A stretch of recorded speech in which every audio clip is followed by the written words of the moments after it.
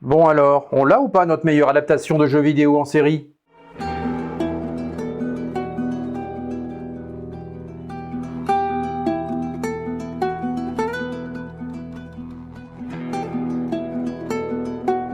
Oui, je sais, c'était pas prévu au programme. Salut à toutes et à tous, bienvenue dans Vidéo Club.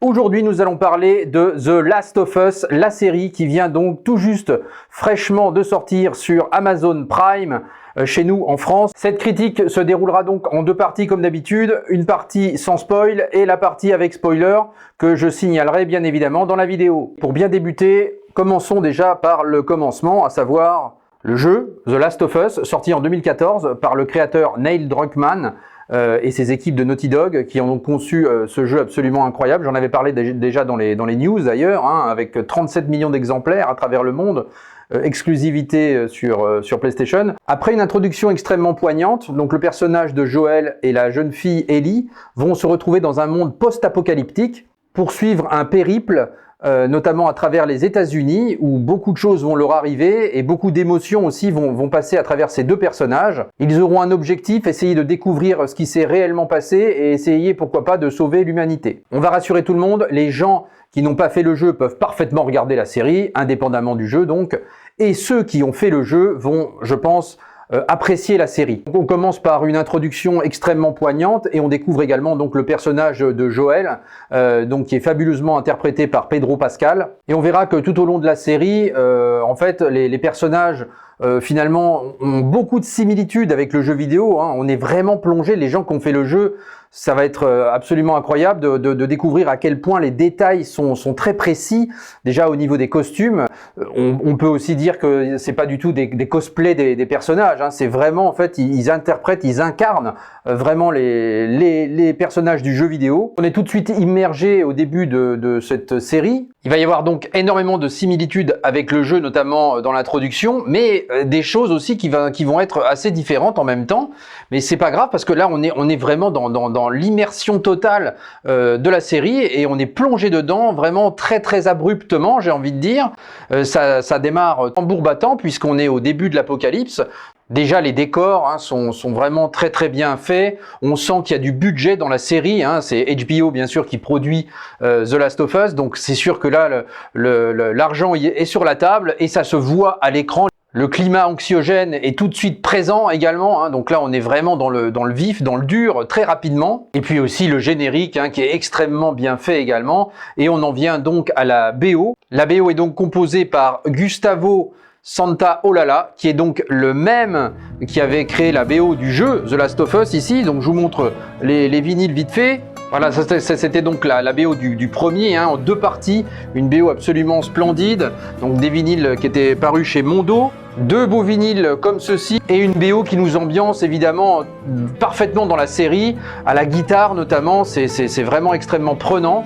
Donc je vous montre le deuxième, qui est vraiment très beau aussi, toujours chez Mondo, et vous allez voir encore des vinyles absolument magnifiques, donc à chaque fois il y en a deux, je vous en montre toujours un, le voici.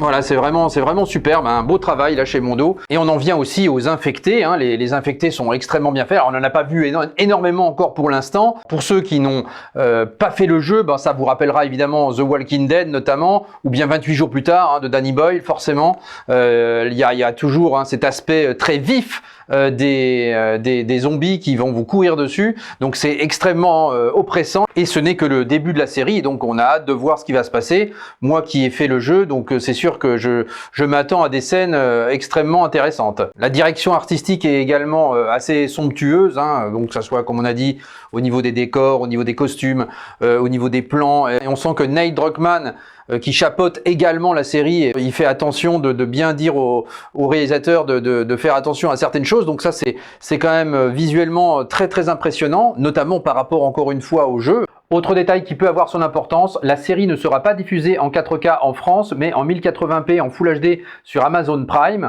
C'est un peu dommage parce que vu l'ampleur de la série et du visuel qu'apporte la série, l'apport du Dolby Vision, notamment du HDR, aurait pu être extrêmement intéressant. Alors pour les gens qui ont la chance d'avoir HBO Max, ils auront tout à fait le loisir de pouvoir la voir dans de très bonnes conditions. On n'en boudra pas notre plaisir pour autant parce qu'on est quand même extrêmement heureux en France de pouvoir voir cette série. Allez, on passe à la partie spoiler. On commence avec une première séquence qui diffère totalement du jeu, puisqu'on est introduit en fait sur un débat télévisé en 1968 où l'on va débattre des fameux champignons. Et cette introduction était un peu le générique du jeu par le fait, tandis que celui de la série va nous montrer en fait l'ascension du virus sur les États-Unis notamment. C'est extrêmement bien fait, il y a un petit côté esthétique à la Walking Dead et on débute la série avec donc l'introduction du personnage de Sarah, la fille de Joel, avec une actrice qui joue extrêmement bien. Alors elle est un petit peu plus âgée que dans le jeu et on retrouve la séquence de la maison qui est similaire à celle du jeu pour le coup. Introduction du personnage de Joel et on va voir la complicité qui lie instantanément sa fille à lui, notamment parce que c'est son anniversaire.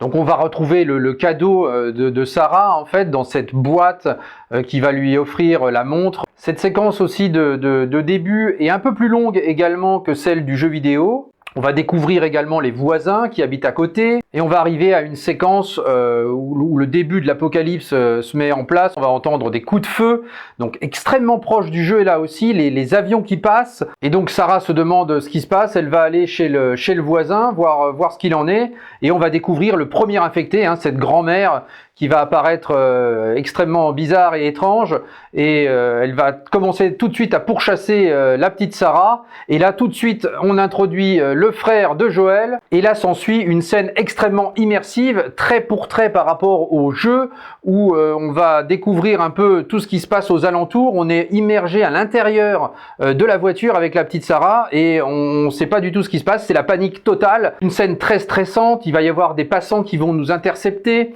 Exactement comme dans le jeu, la maison de Louis qui brûle, c'est très similaire, le stop même avec les panneaux, c'est vraiment identique au jeu. Et on arrive en ville, là où va intervenir le fameux accident, donc un accident qui était produit par une autre voiture dans le jeu, et là ça sera donc un avion qui va s'écraser au sol, projeter des débris et provoquer l'accident. Joel va sortir de la voiture, porter Sarah qui est un petit peu blessée, son frère est de l'autre côté d'une voiture qui brûle, va partir dans une autre direction. Et puis un militaire va intercepter donc Joel et là s'ensuit la scène extrêmement poignante où la fille de Joel, Sarah, donc va mourir malheureusement.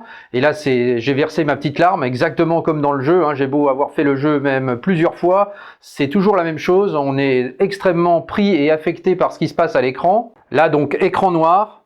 Et on se retrouve quelques années plus tard avec un Joel vieillissant, extrêmement affecté par la mort de sa fille. On introduit également le personnage de Tess, que l'on devine être la petite amie de Joel, et on s'aperçoit que la ville est régie par la loi martiale. Il y a également des factions rebelles qui essaient de renverser tout ça, et notamment la faction des Lucioles. Et on voit que Joel essaie de s'en sortir en faisant des petits boulots, notamment le fait de brûler des infectés. Et là il y a une scène assez brutale où on le voit prendre un enfant, un enfant infecté pour aller le brûler justement. Scène qui n'était pas dans le jeu du reste. Et lors d'un nouveau boulot, en fait, Tess et Joel partent à l'aventure, mais vont rencontrer sur leur chemin donc la chef des Lucioles et le personnage donc d'Ellie. Alors la chef des Lucioles est une actrice qui jouait déjà dans le jeu par la motion capture et c'est la même actrice là, donc du coup dans la série c'est le seul personnage qui sera vraiment identique pour le coup. On découvre une Ellie brute de décoffrage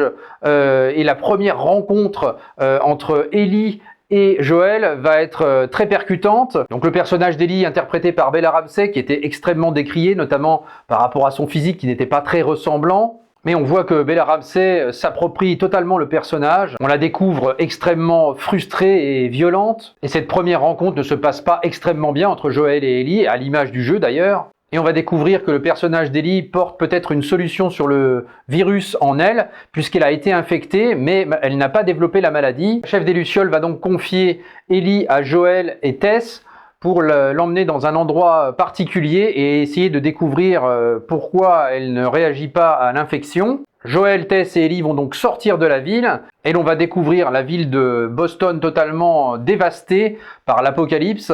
Et cela nous promet une suite mémorable. Donc on a hâte de voir ce qui va se passer. On aimerait bien d'ailleurs avoir tous les épisodes d'un coup pour le coup, parce que là on aurait tout enchaîné, tellement la série est prenante. Mais ce ne sera pas le cas, il va falloir être patient. Donc on retrouve un premier épisode extrêmement réussi, hein. Tout ce qu'on avait entendu dire ne nous a pas trompé, c'est vraiment la réalité. Cette série est vraiment très très bien faite. Bon nombre d'entre vous seront satisfaits, hein, aussi bien ceux qui ont fait le jeu, comme je le disais en introduction, que ceux qui ne l'ont pas fait. Vraiment, on a plaisir à suivre la série. Voilà, cette petite critique est désormais terminée, donc n'hésitez pas dans les commentaires à me dire ce que vous avez pensé de la série, si vous avez fait le jeu ou pas d'ailleurs. Je vous remercie également, vous êtes de plus en plus nombreux à me rejoindre sur cette nouvelle chaîne. N'oubliez pas de vous abonner, c'est extrêmement important pour le référencement de la chaîne, le petit pouce bleu bien sûr. Et je vous retrouve très très vite pour la critique cette fois-ci de Babylone qui va arriver très bientôt. Encore merci, salut!